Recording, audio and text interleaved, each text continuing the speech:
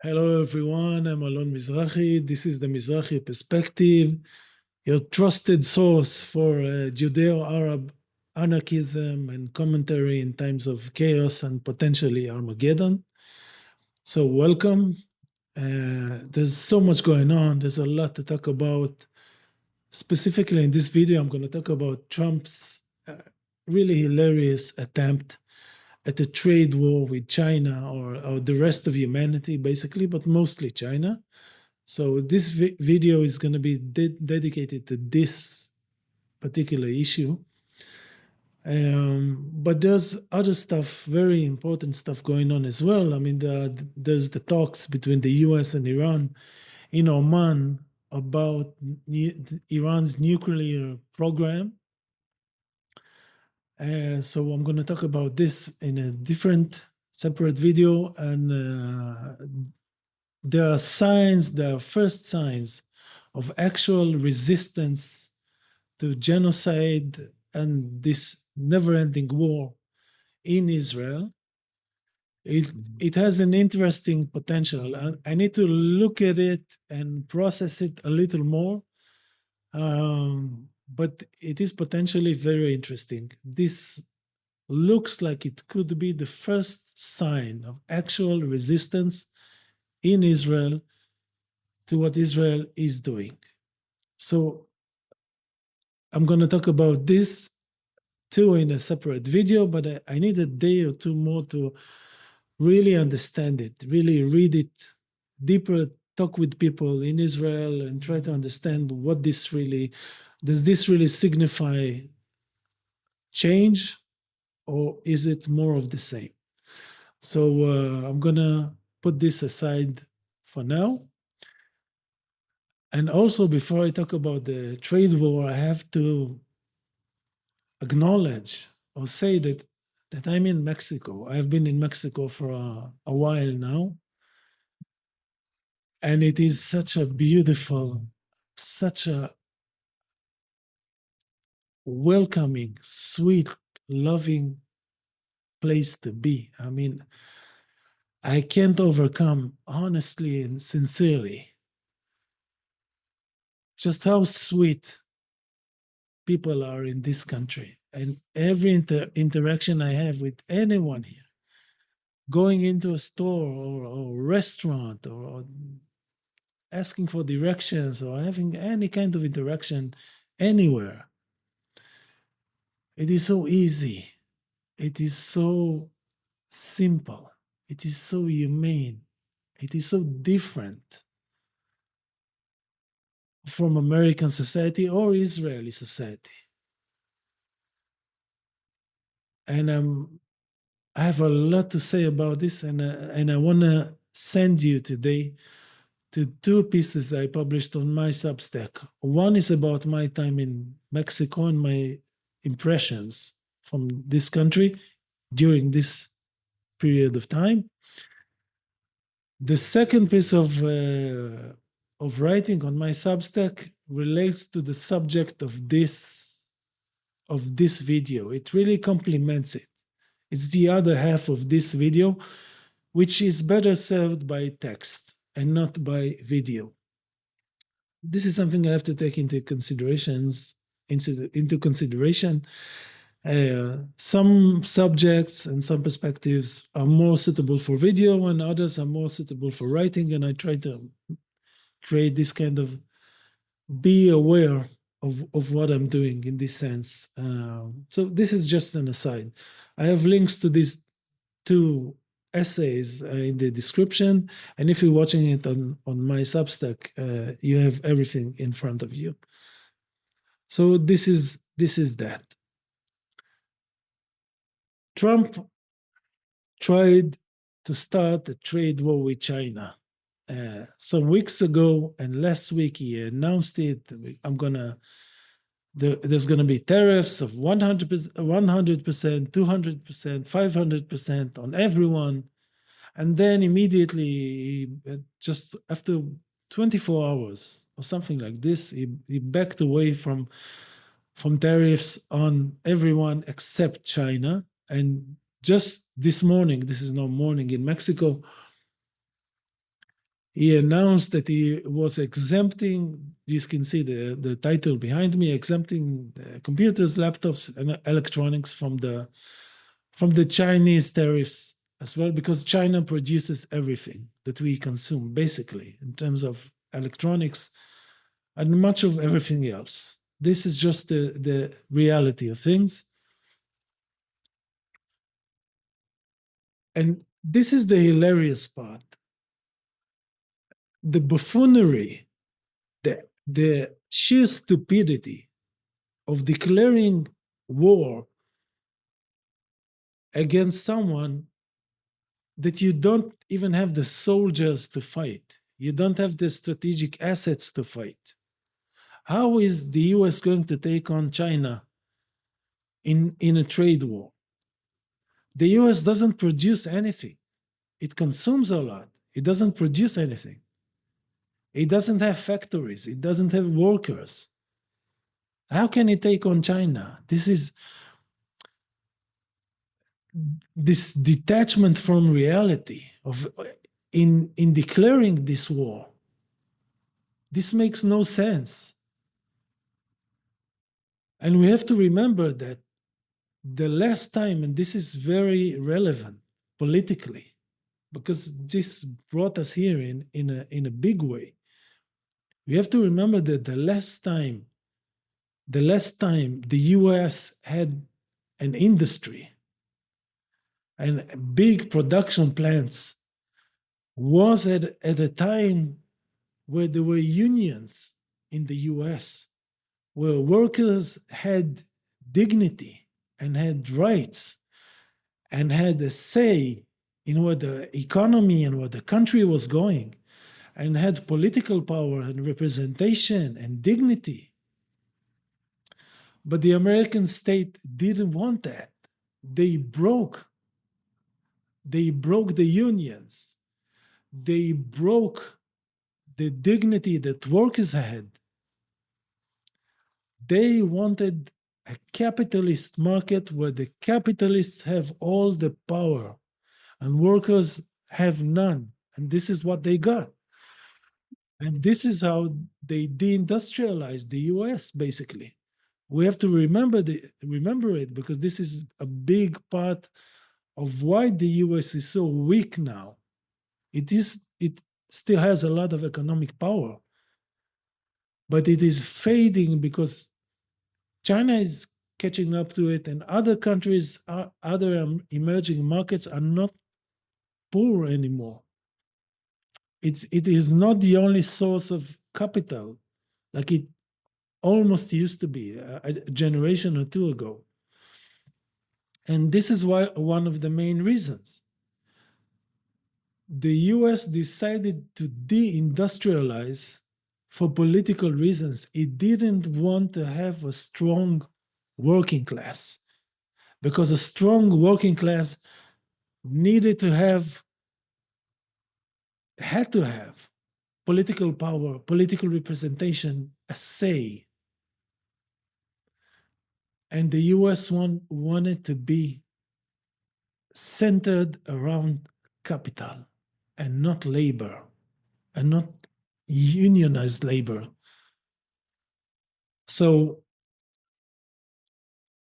when this is the reality, how can the US take on China, which is the biggest industrial superpower humanity has ever seen? China has tens of millions of workers who make good wages, who lead decent lives, who have uh, social benefits, who have medical insurance, health insurance, which is really the basis of modern civilization. You cannot have a civilization, you cannot have a society without health insurance. And this is why the US is not really a cohesive, a coherent society. People who don't have medical insurance cannot be a civilization and they cannot be a society. There isn't there is no American society. There are many different American societies. There is poor America, and there is black America, and there is migrant America, and there is Hispanic America, and there is white upper middle class America, and there is billionaire America. But one society that unites everyone doesn't exist. And I think that the lack of medical insurance is the main reason such a society never existed. And it didn't exist and doesn't exist for the same reason the US doesn't have workers and unions. Because political power in the US is obsessed with owning all of economy and all of political power and all the political power that comes with economic power. So they can have no one challenge the system by becoming politically strong in other ways than being rich. So you're not supposed to feel safe and secure in the US unless you're very rich. You can't be safe and secure through work because you can be easily fired and you don't have any rights and you don't have medical insurance. You have to work to have access to a doctor, which is basically slavery. If you're not attached to a capitalist, to a corporations, you can't even have medical insurance. This is the definition. This is insanity, and this is why the US is where it is today. It de-industrialized itself, it depoliticized its population and broke them into atomized American society. It can't, America, the US can't take anyone now, not only China. It is a broken society. It doesn't even exist as a society because American power worked so hard to break and disintegrate any source or any place where power existed which was not purely capitalist power. They broke it intentionally. They broke the unions. They denied people health insurance, which again I say this can't be stressed enough. This is the basis of society and civilization. People who are not 100% certain, without having to think about it, that they are medically insured if something happens to them or to their children or to their loved one, their parents, how can they be normal human beings who functions freely in the world? It's impossible. It is impossible. So, but at least American government and Donald Trump is supposed to know about this.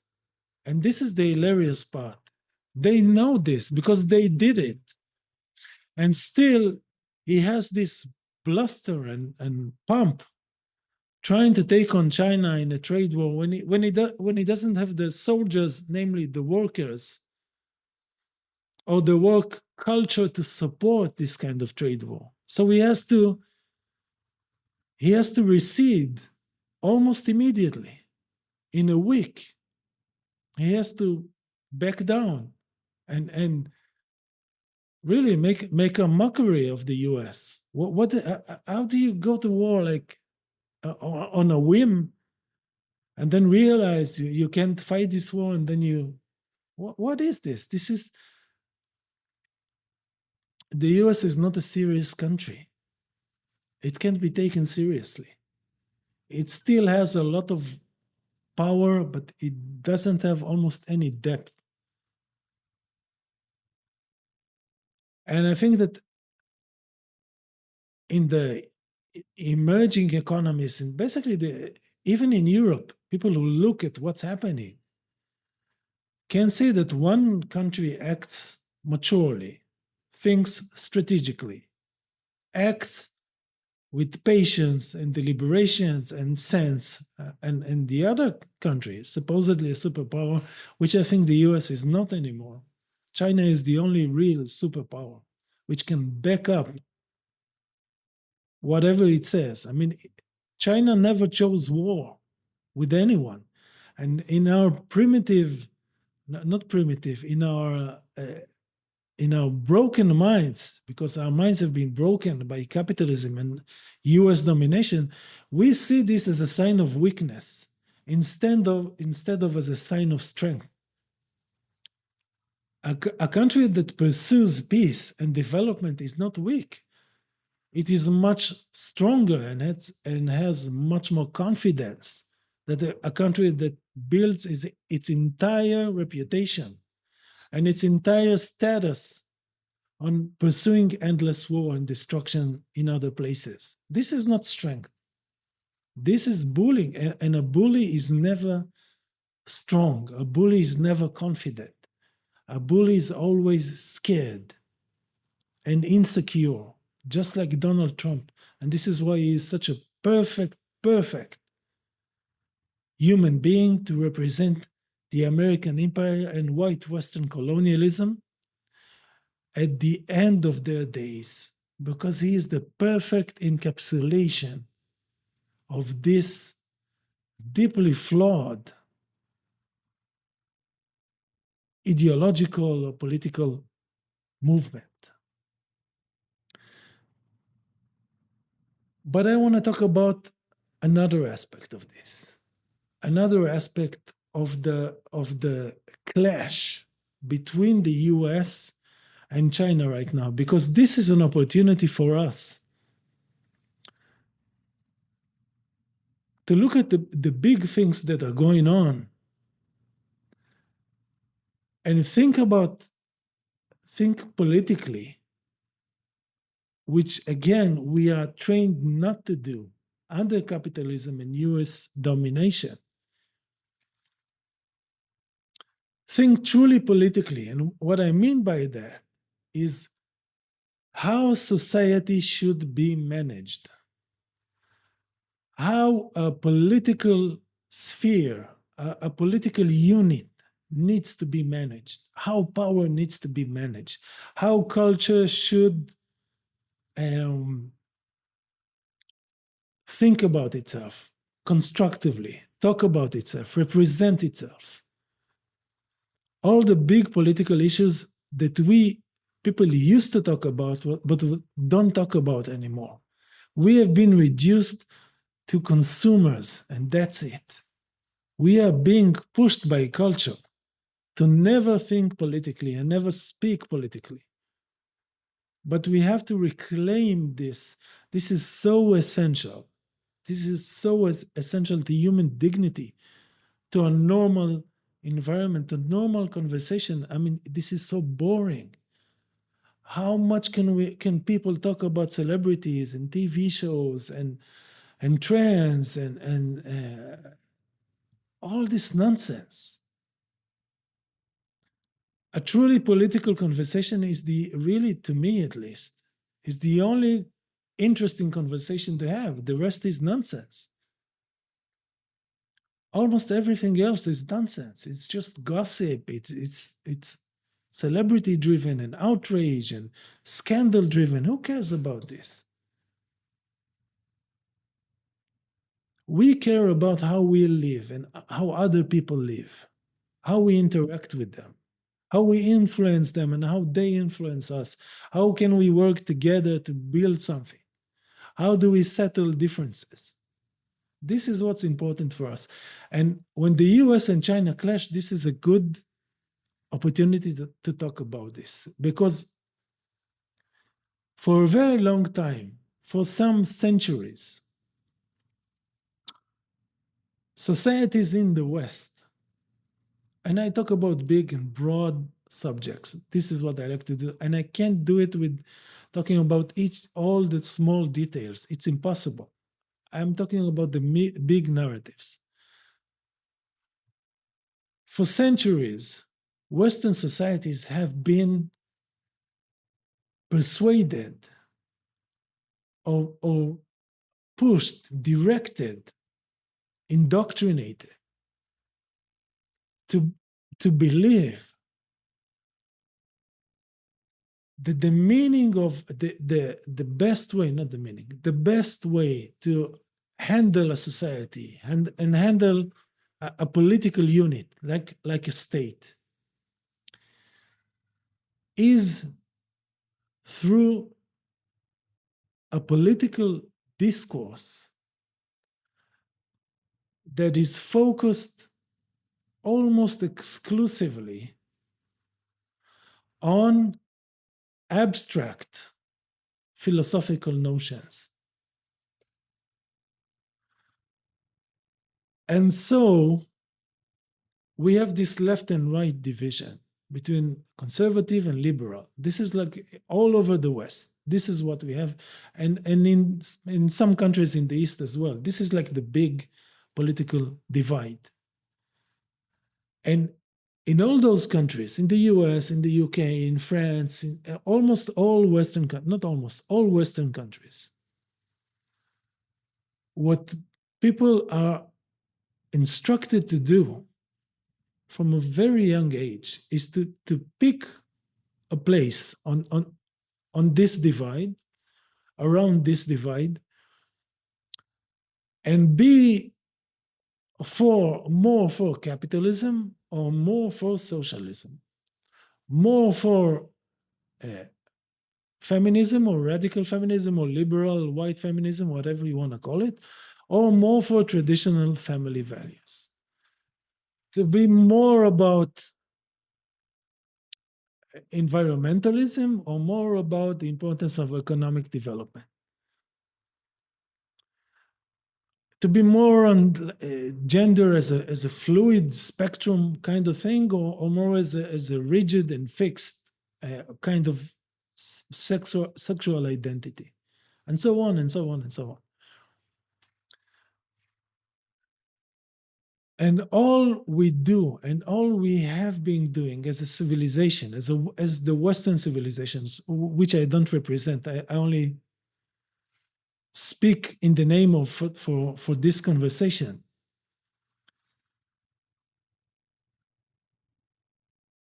We have been pushed to be in this discourse and spend our entire lives and in generations upon generations upon generations in having this endless argument about what abstract values should guide society. More conservative, more liberal. And just think about how much airtime and content and outrage and media coverage in the US and other places is dedicated to this way of seeing things and doing things. It is endless.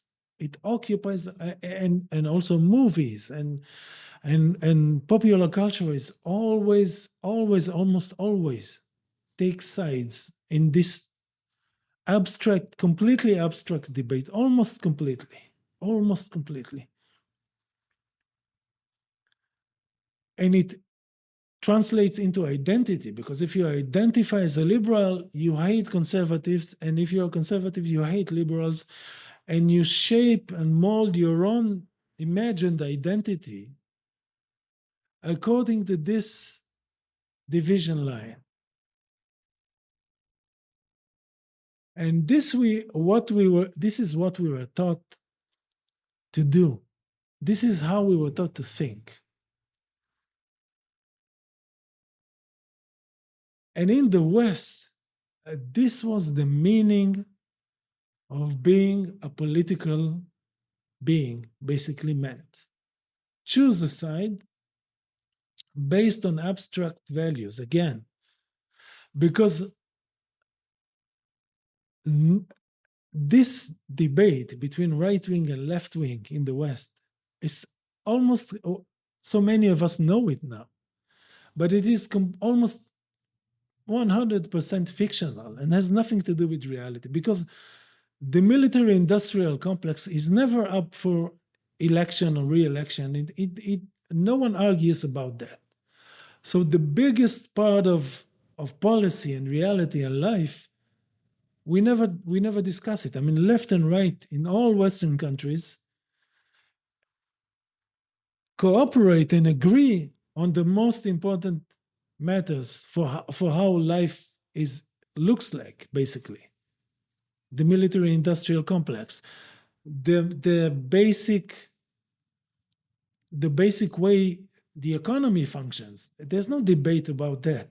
We what we debate is only meaningless abstract stuff that relates to a perceived and completely really idiotic sense of identity. I am liberal. I don't speak against genocide. I don't speak against the military industrial complex. I don't change the way the economy works. I don't care about workers' rights. I don't do anything about medical insurance for the people. But I'm a liberal and I hate conservatives. And I'm a conservative and I hate liberals because they want a big government. But I will hate people who take a knee during the national anthem because the country is God. And all this meaningless, it is really meaningless. It's unbelievable what we have been instructed and guided and pushed to do as Westerners. Have an endless debate about meaningless, abstract things. That was the center of Western political identity. And this is what we were taught. And I'm going to say this again and again because this is so important. This is what we were taught to see as being political, to have a supposedly clear affiliation along this line, along this division line between left and right, and spend your life online, especially since the internet broke into our lives, arguing with people on the other side of this line, but really have the kind of conversation and discourse that has no impact on reality. None whatsoever. None whatsoever. I mean, and gender and the environment are the best two examples of this because the US, especially in other Western countries, dominated by white liberals, who are the biggest frauds humanity has ever seen. We spent a whole generation debating the nuances of sexual identity to such a degree that everyone went crazy.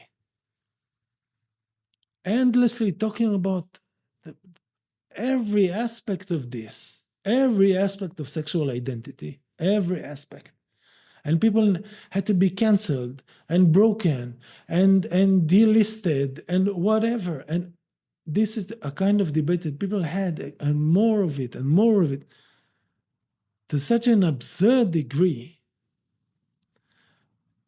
while the US was pursuing war after war after war, which resulted in the deaths of millions of actual human beings. But all the US was talking about was, are transgenders actually women or not actually women? While the US was butchering millions of people around the world. This is a great example of what political action and political being is in the West. Same thing with the environment. Use plastic straws or paper straws and recycle this and recycle that. And while the US military is the biggest polluter, again, humanity ever saw. And while it was destroying whole parts of this planet,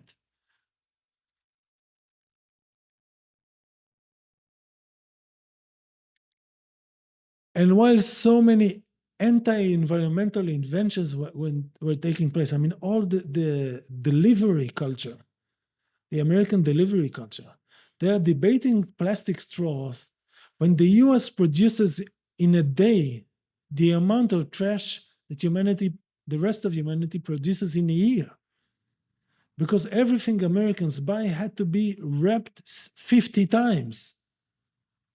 50 times and delivered from China or some other place, and it has to be delivered and redelivered to the doorstep and repackaged and all this huge crazy. It is really crazy way of being, of doing things, of living. And they were having a huge discussion about plastic straws and how we recycle and do we use water this way or this much. This is, I'm sorry, this is being a political creature in the West. What has China been doing at the same time? And this is the point of this long talk. And this is something to think about because I'm not trying to say that China found the ultimate solution to everything. No, no, no, no, no, no, no, no. I'm suggesting we look at it in a different way than we were indoctrinated to do, to look at China and other cultures and other countries. What China did was realize and act on this realization that the nature of character of a society, of a political society, is determined at birth. Just like the character of the US was determined at birth.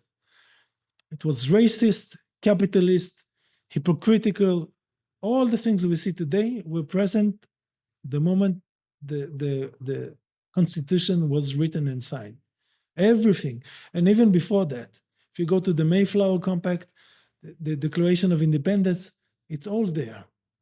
Whatever we see today was there from the get go. The character of a society, of a political society, is mostly determined at birth when it is being created or through a big revolution. After that moment, all the all the debates and all the conversations and all the arguments and all the elections cannot change the character of a society. China understood it 60, 70, 80 years ago.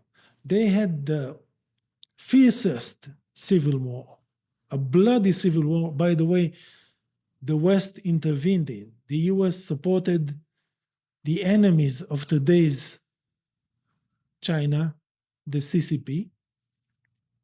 And we have to be so thankful that the West lost because China could be a wholly different society and with a wholly different influence in the world had the West won in that intervention.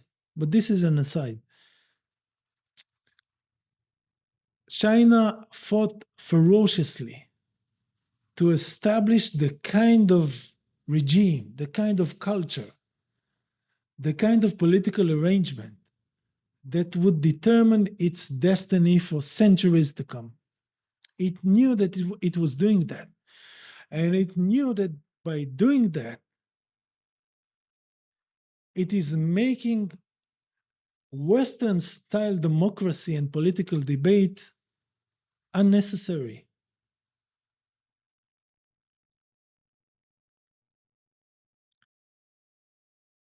So Chinese people don't have this debate that people in the West have. Chinese political culture is based around concrete achievements and a sense of forward movement on a social level for everyone.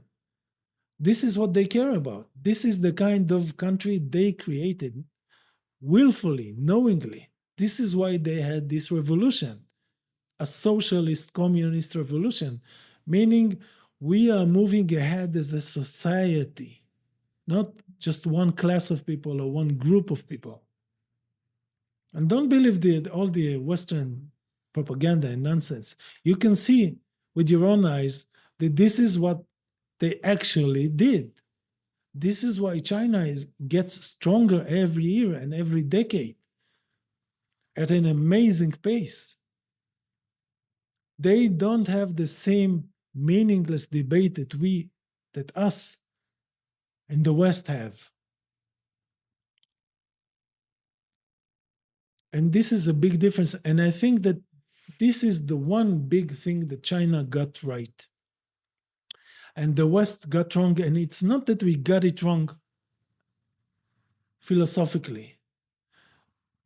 Western elites knew just as well as Chinese revolutionaries that the nature and character of a society is determined at birth. But they wanted to mask and hide what Western society really was. So they allowed for this fake debate to be the center of political activity because they wanted to deceive the population, to deceive the people, to make them believe the delusion that they create some change or make an impact through this endless, meaningless, abstract debate. And China decided that it's not having that. China decided that it was focusing instead on building stuff,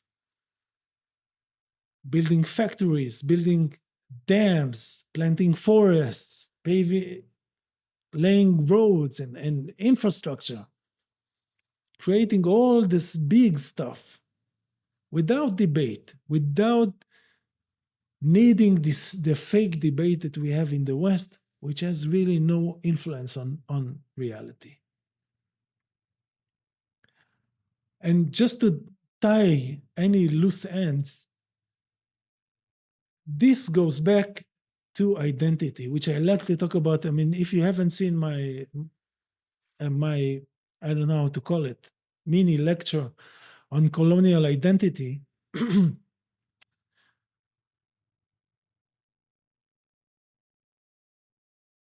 in short, to say it concisely,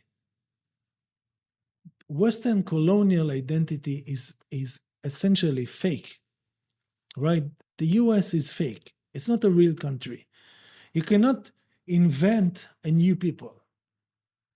It can happen through historical accidents, through processes we don't know and we don't understand. But you can't take a group of people from different places and decide they are a new nation. This is nonsense. This is not how people work. But because the very existence of Western colonial system is intellectualized and fake, they created the political culture to match it, to be intellectualized and fake just the same.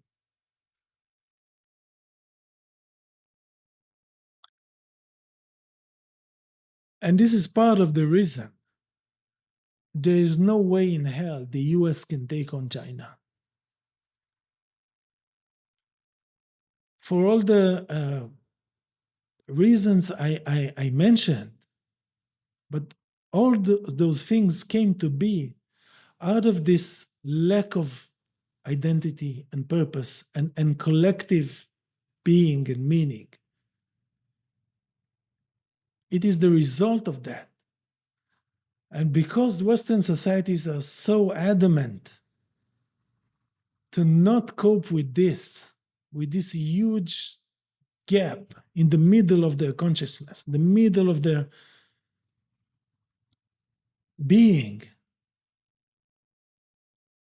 they cannot accomplish anything serious.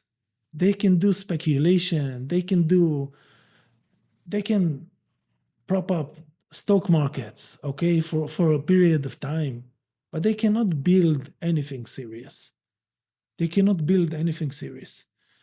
And they cannot even build a serious military. I mean, look what Russia has been doing to Western militaries, basically. The West cannot defeat Russia in Ukraine, and it has been trying fiercely. And part of the reason is that, like China, Russia chose to not destroy its working class. Again, ignore Western propaganda. Modern Russia was, I mean, the communist revolution was about creating a society of workers. The ethos of labor and respect for workers was essential. It is essential to modern Russia. So Russia can have factories that actually work. Russia can have, it is much smaller than the US and much smaller economically. Still, it can produce industrially much more than the US in terms of, even in terms of military equipment. So the choices a society makes during times of, during defining moments in its history, this has a long-lasting impacts for many generations to come.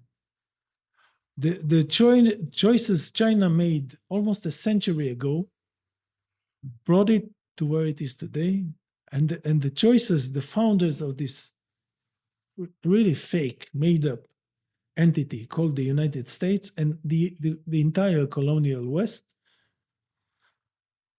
brought it to where it is today, where it cannot take on China in a trade war,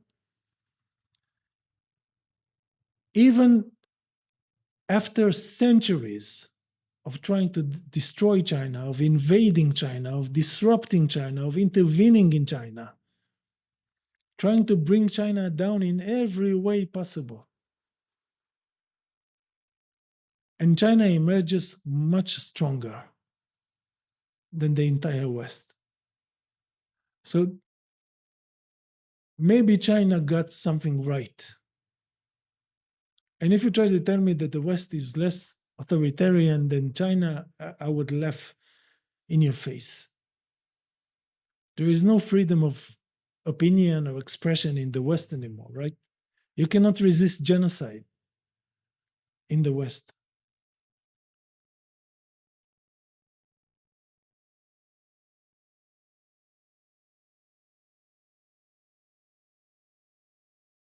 And this point in history of this clash between the hollow Western civilization, quote unquote civilization, and a real civilization like China